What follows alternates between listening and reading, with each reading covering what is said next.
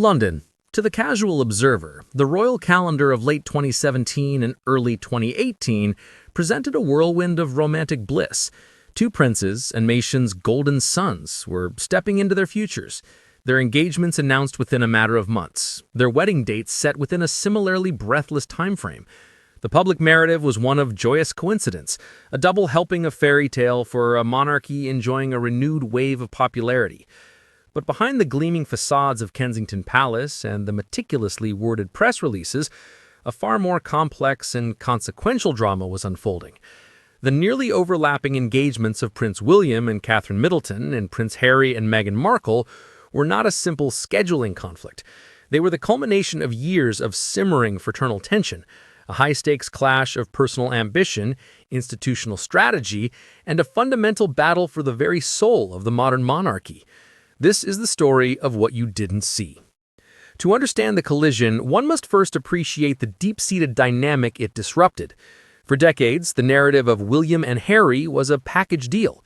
The future king and his loyal, roguish wingman. William, the serious, dutiful heir, burdened with the weight of a 1,000-year-old institution.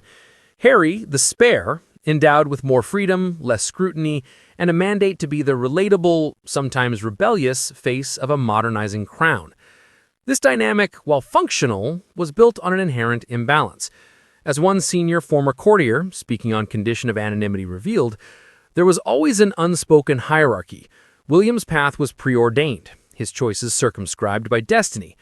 Harry's role was to support that path, to amplify William's light without casting too much of his own shadow. For years, it worked.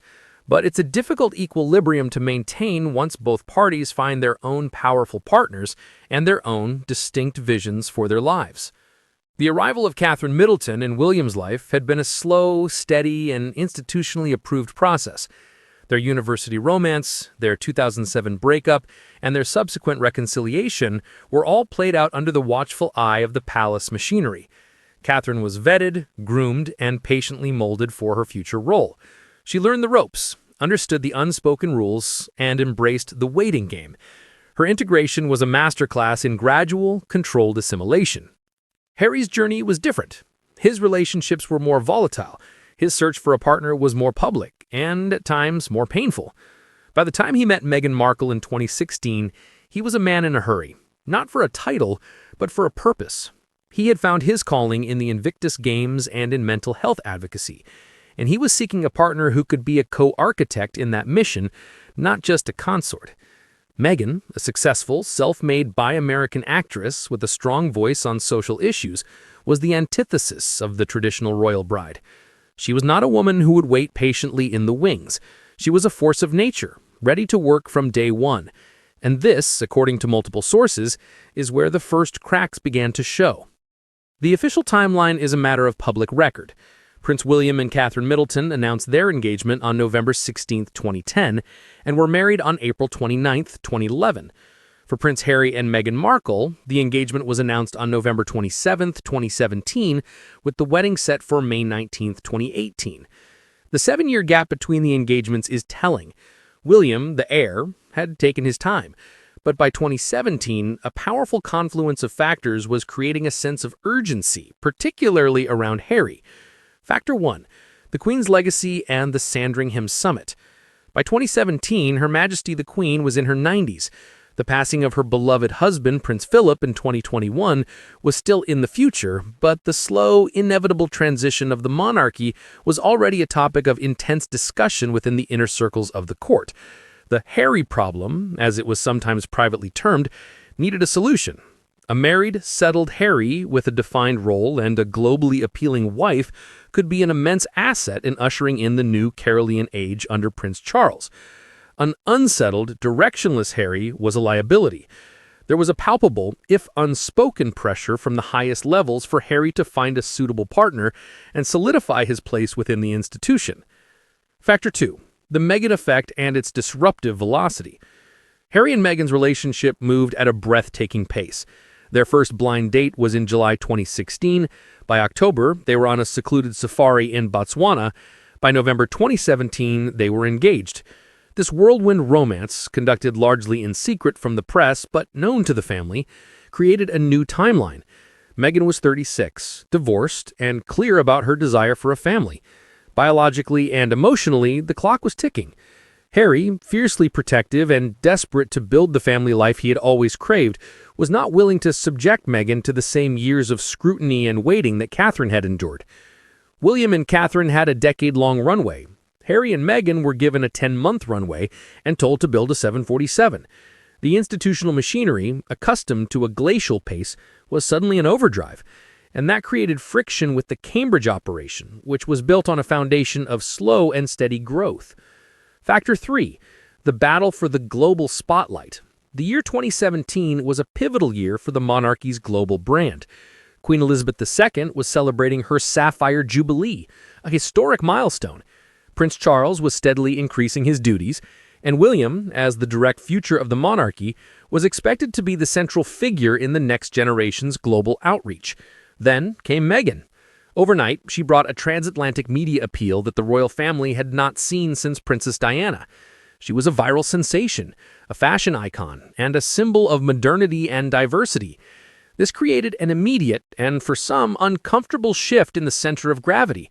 The Fab Four image, presented at the Royal Foundation Forum in early 2018, was a carefully constructed PR success, but it papered over a stark reality. Harry and Meghan were generating a level of global excitement and media coverage that threatened to eclipse the more traditional trajectory of William and Catherine. The Cambridges were the domestic champions, the bedrock of the future monarchy. The Sussexes were the global rock stars, and in the modern media landscape, rock stars often drown out the champions. This wasn't just a family matter, it was a battle for column inches, for front pages, and for the narrative of what the 21st century monarchy would become. The announcement of William and Kate's engagement in 2010 was a standalone global event. The announcement of Harry and Meghan's engagement in 2017 could never be that, because it existed in the shadow of an established heir. The timing, therefore, became a weapon, a shield, and a message. The announcement gambit, November 2017. Buckingham Palace officially announced Harry and Meghan's engagement on Monday, November 27, 2017. This was precisely 1 week after the Queen and Prince Philip's 70th wedding anniversary celebrations had concluded, and strategically placed to dominate the news cycle for the week. However, sources indicate that William's team at Kensington Palace was privately frustrated. They had a carefully mapped-out schedule of their own engagements leading up to the Christmas holidays, focusing on Kate's ongoing work on early childhood development and William's conservation efforts. The Sussex announcement, with its magnetic pull on media oxygen, effectively wiped their planned initiatives from the headlines. It felt like being sidewiped, a former Kensington Palace staffer admitted. We had a long-term strategy. Their announcement was a tactical nuclear weapon. It wasn't malicious on Harry's part per se. He was just so in love and so eager to start his life. But it showed a fundamental lack of coordination, or perhaps a deliberate disregard for the established pecking order. The wedding date dilemma, May 19, 2018. The choice of May 19, 2018 for the Sussex wedding was even more telling. It placed their nuptials squarely in the middle of the traditional spring-summer royal season, and a mere 6 weeks after the Commonwealth service on March 12th, a major event where the entire family is on display. More pointedly, it created a direct, if subconscious, comparison with William and Kate's own April wedding date. Both were spring spectacles. Both would be global television events. Insiders suggest that the date was chosen for its logistical convenience and, crucially, to accommodate Meghan's family and friends from the United States. But the effect was to create a double header of royal weddings that the system was not designed to handle. The media, forced to choose, often split its focus, creating a sense of competition where none was intended to exist. Every decision, from the designer of the wedding dress to the choice of a lemon and elderflower cake over a traditional fruit cake, was framed not on its own merits, but as a point of contrast with the Cambridge wedding 7 years prior. The Anmer Hall versus Frogmore Cottage dynamic. Even the choice of residences spoke volumes. William and Kate, as future Prince and Princess of Wales, were gifted Anmer Hall, a substantial country house on the Queen Sandringham estate in Norfolk. It was private, secluded, and reflected a desire for a normal upbringing for their children, away from the London media glare. It was a statement of traditional landed aristocracy. Harry and Meghan's initial home, Nottingham Cottage, on the Kensington Palace grounds, was soon deemed insufficient. Their subsequent multi-million-pound refurbishment of Frogmore Cottage in Windsor was a powerful symbolic move. Windsor is steeped in history, but Frogmore offered a different kind of seclusion, one that was still within easy reach of London, but also a world away from the KP compound where William and Kate's office was based.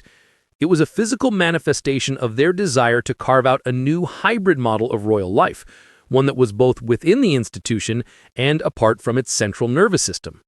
The public saw smalling couples. Behind the scenes, a cold war was being waged by their respective households.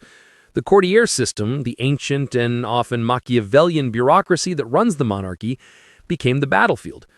William, as the future king, had the pick of the most experienced and strategically minded aides. His private secretary, Sir Michael, or a fictional equivalent, Simon Case, a career civil servant known for his sharp intellect and loyalty.